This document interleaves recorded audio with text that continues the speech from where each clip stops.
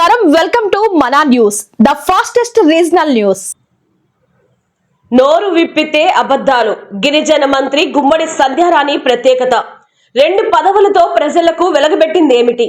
పాలన చేతకాక జగన్మోహన్ రెడ్డిని విమర్శిస్తారా? మంత్రి సంధ్యారాణిపై నిప్పులు చెరిగిన మాజీ డిప్యూటీ సీఎం రాజన్న దొర. రాష్ట్ర స్త్రీ శిశు సంక్షేమ శాఖ, గిరిజన సంక్షేమ శాఖ మంత్రి గుమ్మడి సంధ్యారాణి నోరు విప్పితే అబద్ధాలు మాట్లాడుతున్నారని, పాలన చేతకాక మా నేత మాజీ ముఖ్యమంత్రి వైఎస్ జగన్మోహన్ రెడ్డిని విమర్శిస్తున్నారని, అబద్ధాలు చెబితే తప్పుడు ఆరోపణలు చేస్తే నిజాలు అబద్ధాలు అవ్వవన్న విషయాన్ని మంత్రి తెలుసుకోవాలని మాజీ డిప్యూటీ సీఎం రాజన్న దొర అన్నారు. ఆదివారం ఉదయం తన నివాసంలో విలేకరులతో మాట్లాడుతూ సంధ్యారాణి ఆరోపణలను తిప్పికొడుతూ నిప్పులు చెరిగారు. మాజీ ముఖ్యమంత్రి జగన్మోహన్ రెడ్డిపై అనుచిత వ్యాఖ్యలు చేసిన మంత్రికి బుద్ధి జ్ఞానం ఉందా అని ప్రశ్నించారు. కనీస అవగాహన లేకుండా అర్ధరహితంగా మాట్లాడుతున్నారన్నారు. సంధ్యారాణి 2 మంత్రి పదవులు వెలగబెడుతున్నా రాష్ట్ర ప్రజలకు ఎటువంటి ప్రయోజనం లేదన్నారు. ఇంతకీ మంత్రి గిరిజన రాలేనా? నిజమైన గిరిజనురాలైతే గిరిజన చిన్నారులు సరైన వైద్య సౌకర్యాలు లేక చనిపోతే ఇలాగే స్పందిస్తారా అన్నారు. చిన్నారుల మన్నాలపై సక్రమంగా స్పందించలేదు. ప్రభుత్వం నుండి వారి కుటుంబాలకు భరోసా కల్పించలేదు. కానీ తమ నేత జగన్మోహన్ రెడ్డి వారిని పరామర్శించేందుకు వస్తే జ్వరం తగ్గపోయినా డిశ్చార్జ్ చేయించారని గుర్తు చేశారు. KGH లో నుండి పార్వతీపురం ఏరియా ఆసుపత్రికి పంపించారన్నారు. సంధ్యారాణి మంత్రిగా చేసిన మొదటి సంతకం మేరకు ANMల నియామకం జరిగితే ఇంత అనర్థనం కలిగేది కాదన్నారు. పాలన చేతకాని మీకు 2 మంత్రి పదవులు అవసరమా అని ఎద్దేవా చేశారు. కనీసం చనిపోయిన విద్యార్థుల కుటుంబాలను పరామర్శించిన పాపాన పోలేదు. రూపాయి నష్టపరిహారం ప్రకటించలేదన్నారు. శాసన మండలి ప్రతిపక్ష నేత ఎమ్మెల్సీ బొత్స సత్యనారాయణ వచ్చి వైకాపా పార్టీ తరపున మృతుల కుటుంబాలకు 5 లక్షలు ఇస్తే రాజకీయమంతా వాస్తవాలను ప్రజలు తెలుసుకోలేరని అనుకుంటే మీ భ్రమ అన్నారు. ఇంత దారుణ సంఘటన తర్వాత ఆశ్రమ పాఠశాల అధికారులను విధుల నుండి సస్పెండ్ చేస్తే సరిపోతుందా? పై స్థాయి అధికారులతో పర్యవేక్షణ అవసరం లేదు అన్నారు. అదేం చేయకుండా గిరిజనులకు బ్లాక్మెయిల్ చేసి భయభ్రాంతులకు గురి చేస్తున్నారన్నారు. మీరు మాట్లాడితే అబద్ధాలు. మీరు మా గురించి చెప్తారనమాట. మీరు మా గురించి చెప్తారా? 18 సంవత్సరాలు రోడ్డు వేయలేదని చెప్తున్నారు కదా. ఈ రోడ్డు మీరు వేసారా? ఆ రోడ్డు మీరు శాంక్షన్ చేయించారా? ఇక్కడ ఉన్న రోడ్డు నేను శాంక్షన్ చేయించింది. ఇంతకుముందే చెప్పాను నేను. ఆ పేపర్ కటింగ్లు కూడా నేను ఏం మాట్లాడి తీసుకొస్తాను. ఈ రోడ్డు మీరు వేయించారా అని అడుగుతున్నాను నేను శాంక్షన్ చేయించాను, అధికారులకు పిలిచాను. సార్ ఇప్పుడు చేసిన డబ్బులు ఇవ్వలేము సార్, కాంట్రాక్ట్లు బాధపడతారు సార్, అప్పుడు తీసుకొస్తారు సార్ ఆగుమని చెప్పాను. ఆ ఏషియన్ రోడ్డు కూడా ఆ ఇంటి ముందు వేసారా చూడండి. అసలేదు ఆ ఏషియన్ రోడ్డు కన్నా ఇంటి ముందుకు ఎంత పల్లంగా ఉంది, విలేకరుగా వెళ్ళేందుకు చూడండి ఒకసారి. ఇంతకుముందు కూడా చెప్పాను నేను. నా ఇంటి ముందు ప్రైవేట్ కాంట్రాక్ట్ చేత నేను వేయించుకున్న రోడ్డు అది. నేను వేయించుకోలే కాదు, నా చుట్టూ ఇటుపక్కకు సీసీ రోడ్ వేయించాను, అపార్ట్మెంట్ అటుపక్కకు సీసీ రోడ్ వేయించాను. ఇది వేయించుకోలేక కాదు, అది మున్సిపాలిటీ పరిధిలోకి వస్తుంది కాబట్టి డబ్బులు మున్సిపాలిటీలు ఇవ్వాలి కాబట్టి. పోలీసు వేయించినారు.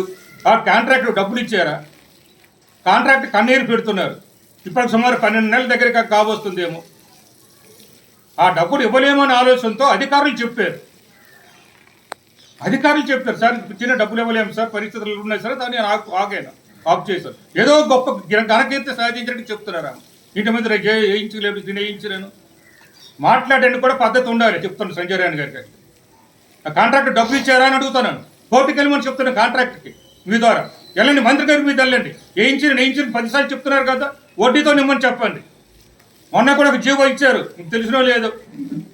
ఉద్యోగస్తులకు EPF ఇవ్వకపోతే మీకు వడ్డీతో ఇస్తామని. కానీ కాంట్రాక్ట్ కూడా ఎందుకు వడ్డీతో ఇవ్వరు? కోర్టులు ఇప్పటికే చాలాసార్లు ఇచ్చేవి జడ్జిమెంట్లు, వడ్డీతో నిమ్మని ఇచ్చేవి కోర్టులు. కోర్టుకు వెళ్ళండి, మంత్రి గారి మీద కూడా వెళ్ళండి. నేను చేయించానని చెప్తున్నారు కాబట్టి ఆమెను కూడా పార్టీగా చేర్చండి, అప్పుడు తెలుస్తుంది ఆమెకి.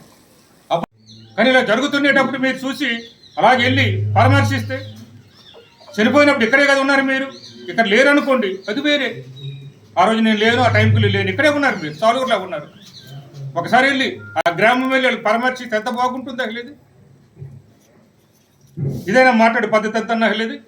అవి ఎన్నిసార్లు అనేది ఒకరిద్దరు చనిపోయిన జిల్లాలో కానీ నియోజకవర్గంలో కానీ ఈ ప్రభుత్వ హత్యలు గెంతులేయలేదా ఆమె ఎమ్మెల్సీగా? ఆమె గెంతులేసారు. అయినా మేము మానవత్వంతో ఆ కుటుంబాన్ని ఎలా ఆదుకున్నారో అలా ఆదుకున్నాం. మహిళలు చనిపోయిన కుటుంబాలు ఎక్కడ ఉంటాయి. అధికారులను సస్పెండ్ చేస్తే సరిపోదు. నేను జిల్లా కలెక్టర్ గారి ఐటీడీ ప్యూఓ గారిని చెప్తున్నాను నిన్న, ఎవరైనా సరిపోతే ఒక్కో జైలు బాధ్యులు సమంజసం కాదు. మీరేం చేస్తున్నారు? మీరు ఎటువంటి ఆదేశాలు ఇచ్చారు?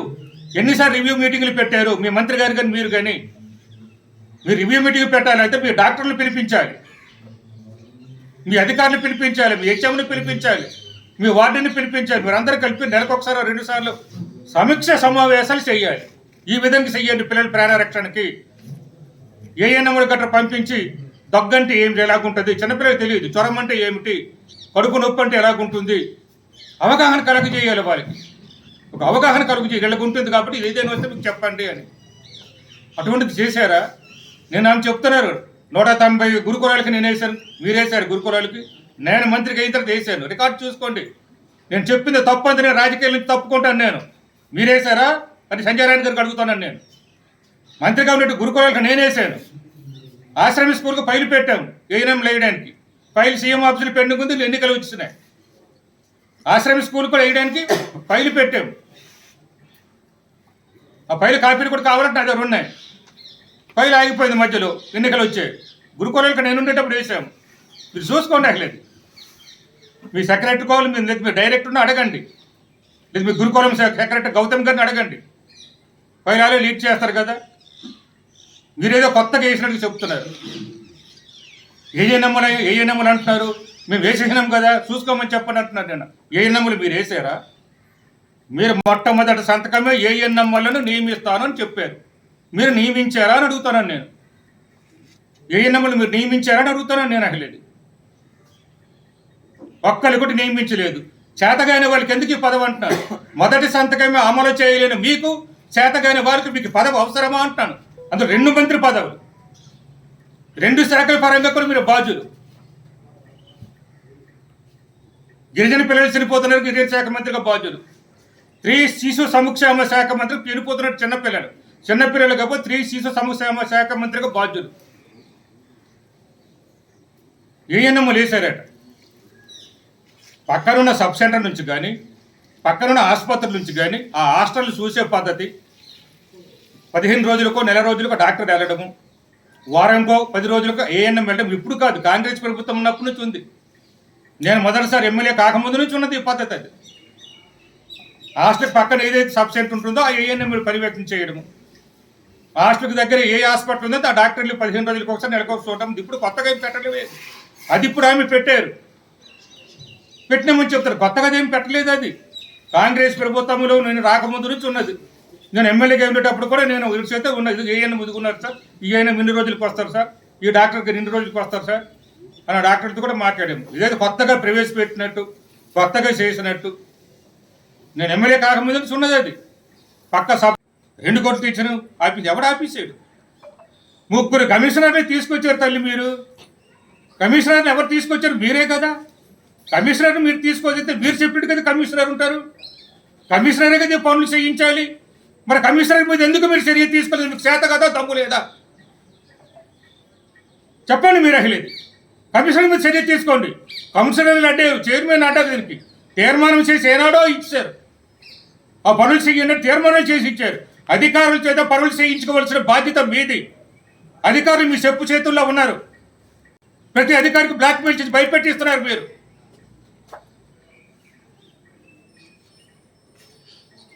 మీ కమిషనర్ 2-3 తీసుకొచ్చారు. ఒకడు ఏసీబీకి వెళ్ళిపోయాడు, ఇంకొకటి పారిపోయాడు. ఉన్నాడు. ఎవడొచ్చినా తీసుకొచ్చింది మీరే కదా. వాళ్ళతో చెప్పించి మీరు ఎందుకు చేయించలేదని అడుగుతాను. మున్సిపాలిటీలో రోడ్డు చేయించండి. మీకు మేము అడ్డుకున్నామా? నేను గతంలో కూడా అడ్డుకోలేదు. గతంలో కూడా నేను అడ్డుకోలేదు. 2014-19 ఉండేటప్పుడు మీరున్న మేము కూడా అడ్డుకోలేదు. 1-2 సార్లు ప్రెస్ మీట్ పెట్టాము. ఇలాగైతే పరిస్థితులు అంటే వాళ్ళు చెప్పారు, పరిస్థితి చెప్పారు, మీరు జాగ్రత్త చేసుకొని నేను ఎప్పుడు అడ్డుపడనని చెప్పాను. అడ్డుపడలేదు. అసలేదు మాజీ చైర్మన్ కూడా పిలిచి అడగండి. మీకు చేతగాక, మీకు సేవ లేక, చెయ్యాలని ఆలోచన లేక మున్సిపాలిటీ మీద, కౌన్సిలర్ల మీద, చైర్పర్సన్ మీద చెప్తున్నారు. అది తీసుకొచ్చిన డబ్బులు కూడా లోను. మాలాగా మీరేం తీసుకొచ్చేది గ్రాంట్ తీసుకురాలేదు.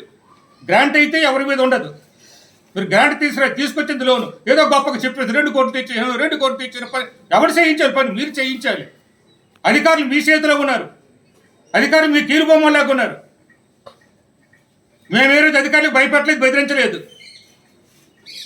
మీరు ఎమ్మెల్యే అయినంతకే అధికారులు మీ దగ్గరకు వచ్చి మీకు కృతజ్ఞతలు చెప్తాము, థ్యాంక్స్ చెప్తాము, లేదా శుభాకాంక్షలు చెప్తాంతో మీరు ఏమన్నారో చూసుకోండి. ఆ మాట నేను చెప్తే అధికారులకి నేను ఇబ్బంది పెట్టిన వాళ్ళని అవుతాను. ప్రతి అధికారం మనసులో ఉంది. మీరు ఏమన్నారు ఆ రోజు? మీ కార్యకర్తలు కూడా 300-400 మంది ఉన్నారు. నా దగ్గరికి వచ్చారు 150 మంది వరకు వచ్చి మీరు వెళ్తే అన్నారు సార్ అనుకోని. మీరు ఎప్పుడు మాకు అలగనలేదని శుభాకాంక్షలు చెప్పడానికి వచ్చారు. వీళ్ళు వెళ్తే గెలిచిన 3వ రోజు 4వ రోజు మీలాగా అధికారులకు మేము భయపెట్టడం, బెదిరించడం లేదు. రూల్స్ ప్రకారం వెళ్ళండి, పద్ధతి ప్రకారం వెళ్ళి చెప్తారు. ఇక్కడ సిఐ ఉన్నారు, అడగండి. లోకల్ సిఐ నాది ఎస్ఐ చేశాడు కదా, టౌన్ సిఐ. ఎప్పుడైనా భయపెట్టడం, బెదిరించడం మేము ఎప్పుడు చేయమని చెప్పామా? రూరల్ సిఐ ఆయన కూడా నా దగ్గర చాలు టౌన్లో ఎస్ఐ చేశాడు, చాలు రూరల్లో చేశాడు. ఎప్పుడైనా భయపెట్టడం, బెదిరించడం, పోలీసు గారు భయపెట్టారు. కానీ మీరు భయపెడుతున్నారు, మీ కార్యకర్తలకు భయపెడుతున్నారు. వాళ్ళు చెప్తున్నారు మాతో, మీ నాయకులు భయపెడుతున్నారు. ఇక్కడ మేము ఎప్పుడైనా భయపెట్టడం, బెదిరించడం లేదు. స్ట్రైట్గా చెప్తారు. ఈ పని ఎన్ని రోజులు చేస్తావు, ఇది నా కాదు, పలానా వాళ్ళు చేస్తారు, అధికారం నా దగ్గర లేదంటే ఆ అధికారులు చెప్పిస్తాను తప్ప చేయలేని పని, చేతకాని పని నువ్వు చేస్తావా అని అధికారులు భయపెట్టేసి బెదిరించడం కాదు.